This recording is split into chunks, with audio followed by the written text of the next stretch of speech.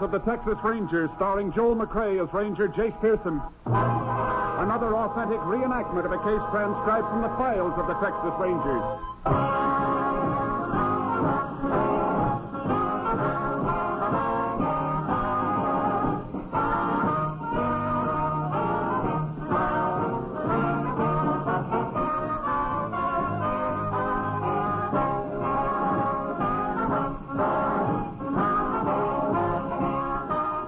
Names, dates, and places in the following story are fictitious for obvious reasons. The events themselves are a matter of record. This week is filled with happy surprises for all radio listeners, for it marks the return to the air for the fall season of 5 of your favorite NBC radio programs. Tuesday evening, the Cavalcade of America will once again recreate the interesting stories from our nation's history. Stars of Hollywood and Broadway will portray historical roles each week on Cavalcade of America, and Tuesday's star will be lovely Joan Caulfield. Wednesday evening, the big story returns to bring you the adventure and thrilling experiences behind the headlines in America's newspapers. And Thursday marks the return of 2 fine programs. First, it's the Roy Rogers Show featuring new adventures in the wild and woolly West. Later Thursday, it's Father Knows Best, back on NBC with Robert Young in the title role. And Friday, your hit parade returns with the top music of the land as played and sung by Guy Lombardo and his orchestra. So for the finest in entertainment all week long, remember to hear these wonderful shows. Now, today's Tales of the Texas Rangers.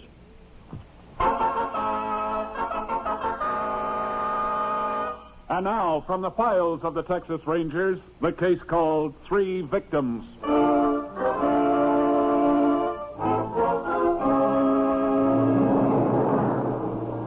It is 5:30 on a Saturday afternoon in August 1935. 18 miles south of the town of Horton, in a hilly section of Texas, a young couple on horseback ride through the brush toward the crest of a long, sloping ridge. Let's pass up ahead, honey. Yeah, I didn't think we'd ever make it. Oh, not tired, are you? Well, maybe a little. How about one more race, huh? Stay down the road and across the field over the creek. Oh, I've had enough racing today, Tim. Besides, you cheated on the last one. Cheated? That's a fine thing to say. It's true. I'd have run easy if you hadn't cheated and gone through those cottonwoods. Oh, you know that shortcut just as well as I do. Well, I forgot about it, and it wasn't fair for you to remember. Let's stop a second, Tim. It's such a pretty view from here. Okay, honey. Hold on. Oh, boy. Oh, this is the nicest time of day. Yeah? Sun makes those hills look just like a painting. Remember how we used to ride out here Saturday afternoons before we were married? Yeah. And I also remember when I had to work Saturdays, you'd ride out here with Ernie Johnson. Oh, you're not still jealous of Ernie, are you, Tim? Me? Of course not. Yes, you are. Tim, What? fella running across that field down there. Huh? Where? Oh, yeah. Well, he sure is making tracks. Isn't that the colored fella who works for you every now and then? I believe it is. Ah, sure, that's Joe. Looks like he's running away from something. Don't see anybody after him. Maybe something's happened down on the road. We better go see. Come on, honey. No, not that way. We'll cut straight down this bank. It's quicker. All right. All right, easy. Come on, boy. Easy, boy. Come on. How you making it, honey? I'm just fine. Car parked on the side of the road down there. Yeah. Hey, those 2 people lying on the ground next to her. Looks like they're hurt. Oh, Come on. get up there. Come on now. Come on. They're lying for steal, you think? I don't know. Hurry up. Tim, What? fella coming down the bank toward the car. He's hurt, too. Oh, he's weaving. I don't think he's going to make He's it. falling. Oh, Tim, look at all the blood on his sleeve. Yeah, whoa, boy. Oh, boy. Oh, he's just a kid. He can't be more than 19 or 20. He's still moving. Look at his eyes. I don't think he even sees us. All right, come on, fella. We got to get you to a doctor. No. Come on, fella. Let me help you over the car. Don't touch me. Come on, now, give me a hand here. Honey. All right. Easy. Papa. All right, you're going to be okay, fella. You're going to be okay. He shot him. You reckon it could have been Joe that did it? Maybe, I don't know. He sure churned up dust getting out of here. What happened, fella? He robbed? Yeah, he robbed us. He shot Mama and Papa. He shot me. I ran up the hill. All right. Now, don't you worry. We'll get you to town right away. Tim, the man and woman over there, and all that blood, I can't go any closer. All right, honey. You stay here with him. We'll see if I can help you. Oh, Mama. Papa. Oh, please don't. Oh, I wish there was something I could... I never did anything bad to anybody. Why did he have to shoot him? Why? Honey, you better ride over to the Thompson place as quick as you can. Call the sheriff. I'll have to take this fellow to the hospital in his car. His mother and father, they hurt bad. They're dead. Dad. They're dead.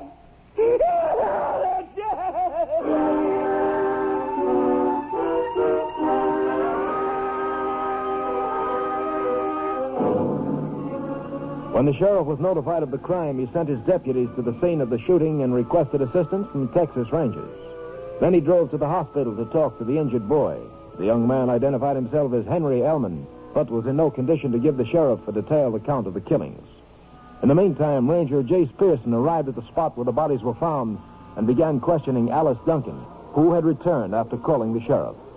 Where was the boy when you first saw him, Mrs. Duncan? He was up this hill about halfway between here and the brush. But he was on his way back toward the road. That's right. Oh, it must have been awful for him. Seeing his folks get shot and having to run away to keep from being killed himself. Looks like he was shot at even after he ran away. How do you know that? When I was up there, I saw some bullet holes in the trees. You or your husband hear any shots before you got here? No. First we knew anything was wrong was when we saw the colored fellow running across the field. You're sure he was coming from this direction? Oh, yes. Right from where the car was. You know his name? His first name's Joe, but I don't know his last. I'm sure my husband does, though. Joe works for him sometimes. I think that'll be all for the time being, Miss Duncan. Thanks. If it's all right, Ranger, I reckon I'll wait for my husband and ride home with him. What's the matter, ma'am? Nothing. I feel kind of... You're a little pale. Better sit down over here on this rock. Oh, thanks. Yes, I am feeling a little sick. All of a sudden, when I looked at those bodies again, Honey, I didn't feel this way till now. It's reaction. Sometimes it takes a while to hit you. I got some water in a canteen in my car. Would you like some? I'll be all right. As soon as I sit for a minute. Oh, that poor boy. The way he looked when he found out his folks were dead. His eyes. That awful cry. You don't have to talk about it anymore now, ma'am. No. Sheriff's car's coming. Maybe he's got your husband with him. Excuse me a minute. I'm feeling shaky. Howdy, Joe. Hello, Sheriff. This is Tim Duncan. Well, howdy, Ranger. I think you better look after your wife, Mr. Duncan. She isn't feeling too well. Oh, well, then I'll take her right home. She doesn't want to ride a horseback. I'll have my deputy take her home in the car, Tim. All right, thanks, Sheriff. JP's on his way out, Jace. Did you talk to the boy in the hospital? I tried. Found out his name was Henry Ellman. Only thing I could get out of him was the man who robbed him was a Negro. Young Ellman was really in a state. The doc finally had to give him a hypodermic. Who's that in your car? And it could be our man, Jace. That's the fellow the Duncans were talking about? Yeah, Joe Cartwright. Tim knew where he lived, so I picked him up at his house on the way out here. Did you talk to him? A little bit. He sure tells a phony story. Personally, I think he's in this thing up to his ears. Well, let's get him into town. We'll find out what he knows.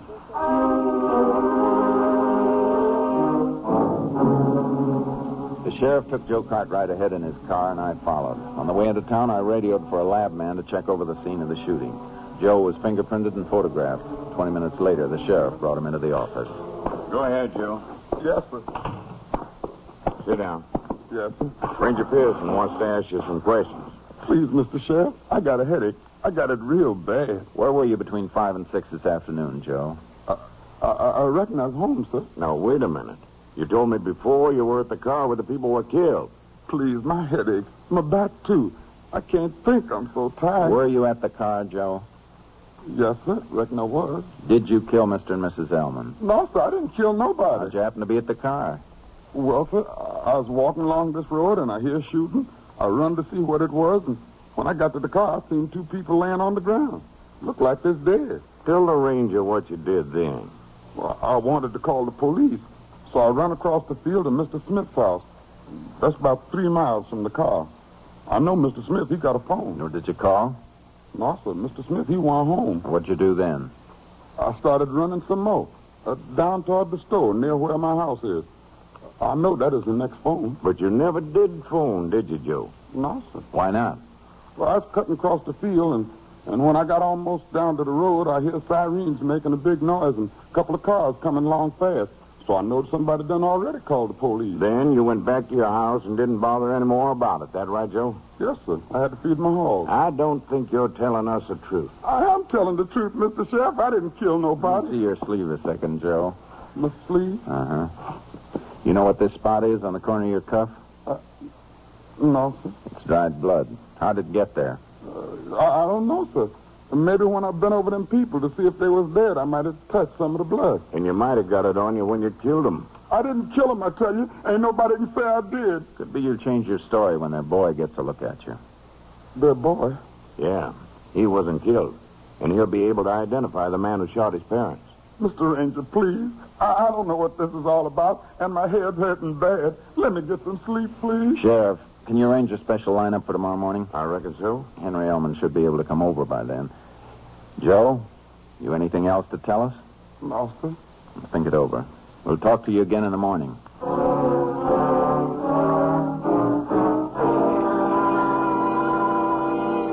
Early the following morning, we questioned Joe again. He still denied he had anything to do with the robbery and double murder. At 7 o'clock, I called the hospital. The doctor said Henry Elman was awake and would be able to leave the hospital in 30 minutes.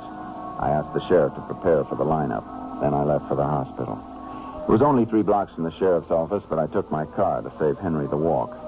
I waited for him in a reception room. He was a slightly built boy of 20. His left arm was in a sling, and his face was pale and drawn from the strain he'd been through the day before. Ranger Pearson? That's right. How are you feeling today? Oh, a little better, I think.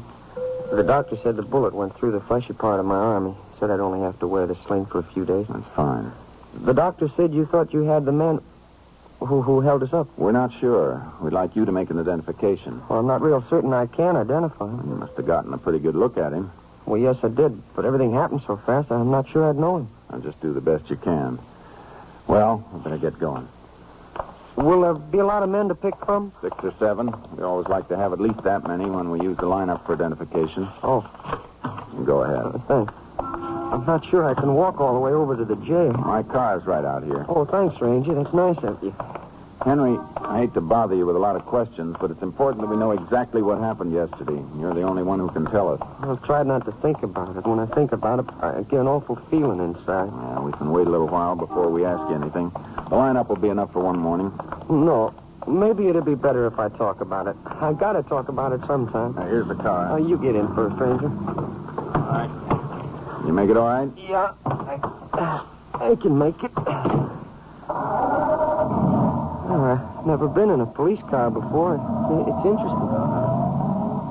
What was it you wanted to know? Anything you can remember about yesterday? Well, I came home yesterday from my job in the oil fields. I work in a place about 50 miles from here. Uh-huh. I thought Papa and Mama looked tired, so I suggested we take a ride out in the country. We had a fine time. Papa and Mama were laughing. We can talk about it later if you want. No, I wanted to show Papa and Mama an old Indian grindstone, so we stopped. We walked up the hill a little way, but it wasn't there. I know the one you mean. It's about a mile from the place where your car was. Kind of tough to find if you don't know exactly where it is. Well, I hadn't been out there in 3 or 4 years. When did you and your parents first see the man? When you came back to the car? Well, yes, he must have been hiding behind it. He jumped out, waved a gun at us. Do you have any idea what kind of a gun it was, Henry? No. Is that important? Yeah, but don't worry about it. Our lab man will be able to tell as soon as he digs some of those slugs out of the trees. Oh. Well, the man took all our money. And then Papa. He always had a bad temper. Papa started a fight with him. Is that when he started shooting? Yeah, he shot Papa first, and then Mama. I tried to stop him, and he shot me in the arm. I got scared and ran. Oh, maybe I should have stayed and fought with him. You did the sensible thing. Here we are. Oh, I'm sorry you had to go to all the trouble of using your car just for a few blocks. It wasn't any trouble. Did this man shoot at you all the time you ran? Yeah, some of the bullets came real close. I ran up to the brush and hid. How far into the brush did you go? Oh, just into the edge of it. He had to come after me. I would have run further. But he just shot up the hill at me. Then I saw him run away. Uh-huh. I sure hope you got the man, Ranger. It can't bring Papa and Mama back. But I think the man who did it should be punished. He will be. Go on in, Henry. There's nobody in here. I This thought... is just the room where you wait. I'm in the line up in front of the holdover cell. Make yourself comfortable. I'll be back in a minute. All right. All set for the lineup, Sheriff? All ready, Jace. All right, you fellas. Come on out. I'll get Henry. Hurry up, you fellas. Form a straight line. That's it. All right, Henry. I'm feeling a little nervous. You'll be okay. Now, hands at your sides. No talking. Look straight ahead. It's far enough, Henry. Now take a good look at these men. Any of them the man who robbed you? That big man, the second from the end, could I hear him talk? Step out, Joe. What's your full name? Joe Cartwright, sir. Where do you live, Joe? Farm Road 102. Ranger, he's the one. He's the one. Take it easy, Henry. He killed Papa and Mama. He killed them!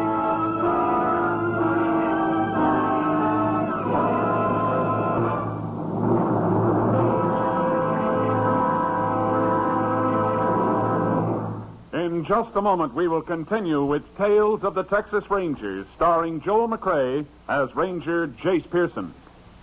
Have you ever left home, locked the door behind you, and had the uneasy feeling that you left a burning cigarette behind? Better go back and check next time, because every 20 seconds, a fire breaks out in the United States through carelessness. These fires kill 11,000 persons each year, disfigure for life or severely burn thousands more, and destroy $7 million worth of property. Protect your home from fire by following these simple safety precautions. Don't smoke in bed or throw away lighted cigarettes. Clean out closets, attics, basements, any place where old newspapers, magazines, and inflammable materials are liable to accumulate. Repair defective electric equipment and replace worn or frayed wiring. Use cleaning fluids that won't burn, and be careful with matches. Keep them out of the reach of children. Fires in the home, your home, can and must be prevented. Remember, don't gamble with fire. The odds are against you. And now, the second act of today's Tales of the Texas Rangers.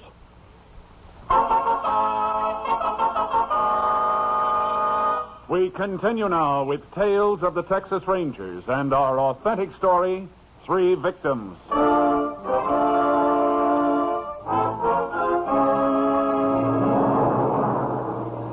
It took nearly an hour after the lineup to calm Henry Elman down enough to get his full statement. The lab man picked up a copy of it and took it with him to Austin. Henry told us his aunt was arriving from out of town. He wanted to help her with the funeral arrangements, so we sent him home with one of the deputies. Then we brought Joe Cartwright in for further questioning. After 4 hours, we were getting nowhere. Joe, you'd make it a lot easier for everybody if you just told us the truth. I am telling the truth. I've been telling the truth all along. I didn't kill nobody. How can you say that after Henry Elman identified you as the one who killed his parents? Because he's the one that ain't telling the truth. Where'd you put the money you took from those people, Joe? I never took no money. How about the gun? Did you hide that the same place you put the money? Mr. Sheriff, Mr. Ranger, you gotta believe me. I didn't steal no money, and I didn't kill nobody. I swear I didn't. All right, Joe. I'm not going to force you to talk if you don't want to. If I knowed anything else about this, I'd tell you. But there ain't nothing more I can say. I'll get it. Ranger Pearson. Sorry to caught you, Chase. This is Johnny Mitchell from the lab. I'm calling from the country store out near where those killings took place. I thought you were in Austin. I was till about an hour ago. I came back. How come? There's something funny here, James. Something real funny. Can you come out? Sheriff and I will both be out. See you in 20 minutes.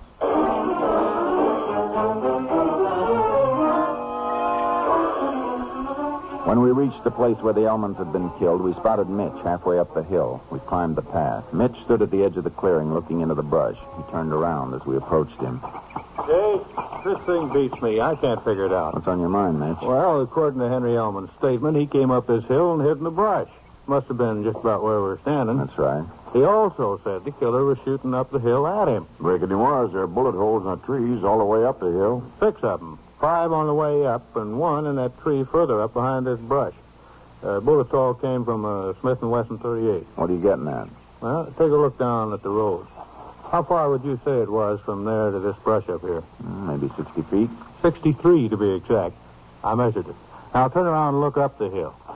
See that tree behind the brush? Uh-huh. It's 20 feet further up the hill from where we're standing. Now, one of the bullets hit it. I measured the distance the bullet went into the tree, 2.5 inches. I'm sorry, Mitch, but this don't make much sense to me. Maybe it will in a minute. Jace, here's a Smith & Wesson 38. Brought it back from Austin. You mind shooting a slug into that tree? Any special place you want me to stand? Right here at the edge of the brush. What now? You and the sheriff come with me. I want to show you something. I wish I knew what you were getting at. Henry Elman said the killer fired at him from the road. Like I told you, the bullet I found in the tree went in 2.5 inches. Here's a hole made by your bullet, Chase. Measure how far it went into the tree, will you? Here's this. 2.5 inches. See what I mean? This sure puts a different light on things. Oh, gee. It means that the bullet Mitch first found in this tree had to be fired from the same place as I just fired. But that would have been right at the place where Henry said he was hiding. Yeah, and if the killer was that close to Henry, he wouldn't have left him alive. You mean Henry's been lying? Beginning to look that way. But why? Something we'll have to find out from Henry himself.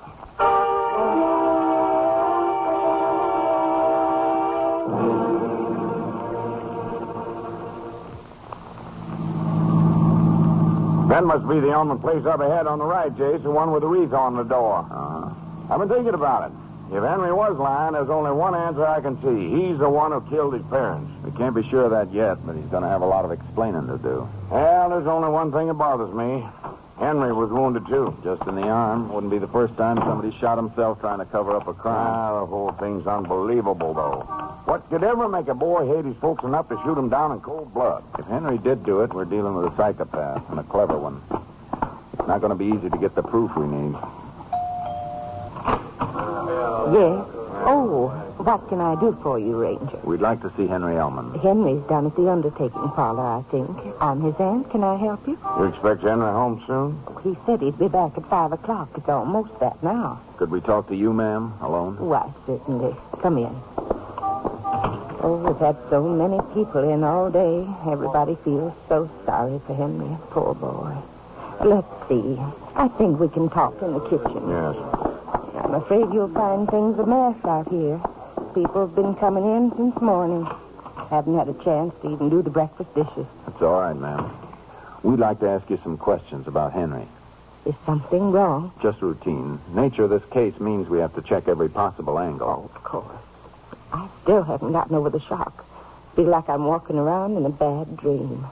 What did you want to ask about Henry? Have you known the boy all his life? Only since he was 6. That's when my sister and her husband adopted him. Did he get along well with his parents? As far as I know, I suppose they had the usual family squabbles. Did Henry always have all the money he needed? Well, if anything, I'd say Will and my sister spoiled him.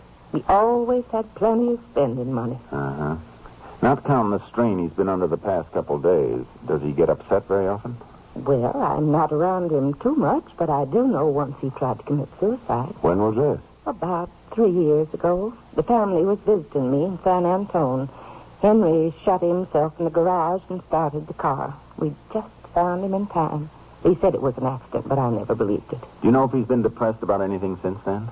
Well, he's been pretty disturbed about not finishing school. Well, why didn't he finish? He went to the university for a couple of years, but he wasn't a very good student. The dean persuaded Will and my sister to take him out. How long ago was this? About a year ago. Henry wasn't at all happy about it. And I don't think he liked the job his father got for him in the oil fields. Matter of fact, I heard him phone his boss this morning and tell him he was quitting. Uh-huh. Ranger, if there's something wrong, I think I've got a right to know what it is. Yes, ma'am, you have, but Doris, they told me that... Oh. Hello, Henry. Hello, Ranger. Sheriff? Nice of you to stop by. We want to ask you a few more questions, Henry. About Mom and Papa? What happened yesterday? That's right. Well, I don't see what more you have to ask me. I got the man who did it. Maybe so, but we'd like to have you come along with us anyhow. Well, I'm kind of busy now. The funeral's tomorrow, you know. I could talk to you later tonight, but it'll be better after the funeral. Henry, if the ranger wants you to go... I haven't got time, Aunt Doris. Ranger, why don't you come back tomorrow night? Then I'll have plenty of time to answer all your questions. I think you better come along with us, Henry. Now. We put Henry in the car and drove out toward the place where his parents had been killed. When we reached the edge of town, I could see him getting nervous, but he said nothing until we began to drive along Farm Road 102. You wanted to ask me questions, Ranger. Well, why don't you go ahead and ask them? Well, why don't you ask me? Look, I know where you're taking me. You're taking me out to the place where Mom and Papa were killed, aren't you? Well, aren't you? Now, you just take it easy, Henry. It's not fair to bring me out here. I'm not well. I can't stand a lot of strain. It's just not fair. All right, Henry. Get out. What for? We want you to show us something. What? Get out of the car, Henry. Well, you've got no right to bring me out here, Ranger. It's the spot where your car was parked yesterday, isn't it? I've told you all I know. You've got the murderer. Why do you keep asking me questions? Where'd you run when the man chased you? Why do you call him the man? You know his name. It's that Joe fella. I pointed him out to you, and those other people saw him, too. The ranger asked you a question, Henry. Where'd you run? I told you that, up this hill. Show us just where you ran. I don't know why I have to do this. Come on, show us, Henry. All right. It was this way. Over here, toward this path. Was he shooting at you all the time? I told you he wasn't. He only started to shoot after I ran up the hill. Up this path? You know that. Come on, Henry. I'll help you. You take your hands off me. That's my sore arm. I was shot there. The man who killed Mom and Papa shot me, too. I believe you're right about that. Well, of course I'm right. Come on. You're sure he didn't come up the hill after you? Why do you ask that? Just answer the question. I've already told you. He stayed down on the road and shot at me up the hill. Uh-huh. Henry, your mother and father took you out of school last year, didn't they? Yeah. My father wanted me to work. I shouldn't have left school. I owe it to the world to finish my education. What were you studying? Physics. Everybody in the university admired me. The professors said that I'd be the world's most brilliant scientist someday. Why are we stopping here? This was as far as you went, wasn't it? You hid at the edge of the brush there. That's right. You see how you were able to pick Joe out of the lineup. What do you mean? You had a clear view of the road from here. I saw him closer than that, when he shot Mom and Papa. And when he put that bullet through my arm. He never shot your parents, Henry. What are you talking about? I saw him No, do it. you didn't. Our lab proved that the bullet he found in the tree up there had to be shot from where we're standing right now. Well, what's that mean? That nobody shot at you. That you stood here and shot into that tree yourself. I don't know what you're doing. You killed your parents, Henry, now didn't you? Didn't you, Henry? Yeah. I killed them. I had to do it. They took me out of school. I had to do it. Where'd you put the gun and money? I buried them. I passed that big rock. Take a look, Sheriff. Sure, Jay. I killed them. You should have known I had to go to school. Why did they take me out? Let's go. I had to kill them. For a long time now. I hated them. I hated them. Come on, Henry.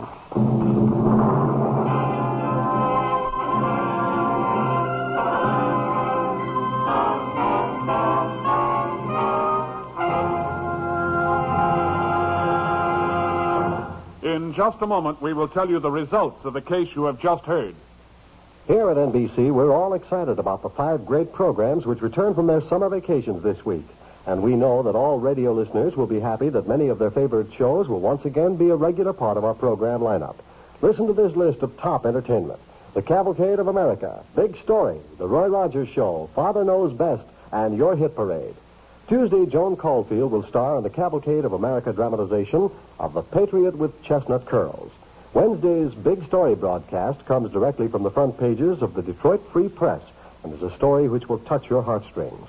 Thursday evening, Roy Rogers will tell the story that happened when Trigger shoots the works. And Robert Young returns to the Anderson household to find that, be it ever so humble, there's no place like home when Father knows best.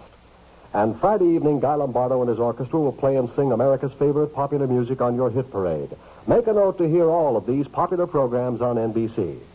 Now, the conclusion of Tales of the Texas Rangers.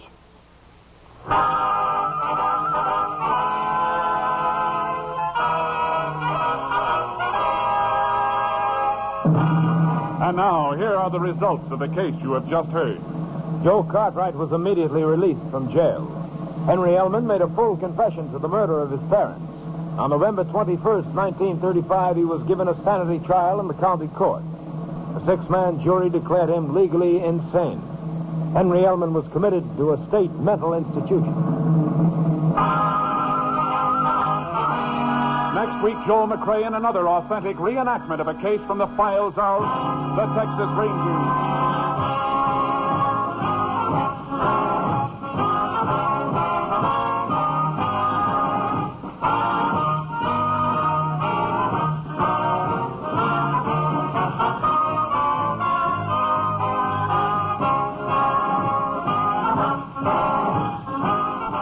Joel McRae is currently seen in San Francisco Story, a Warner Brothers release.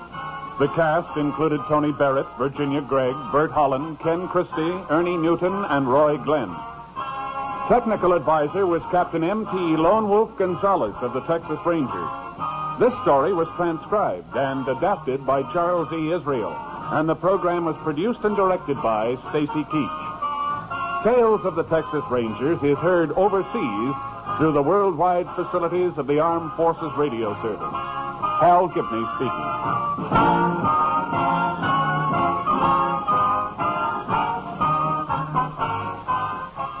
Tonight, hear the Hollywood Bowl concert on NBC.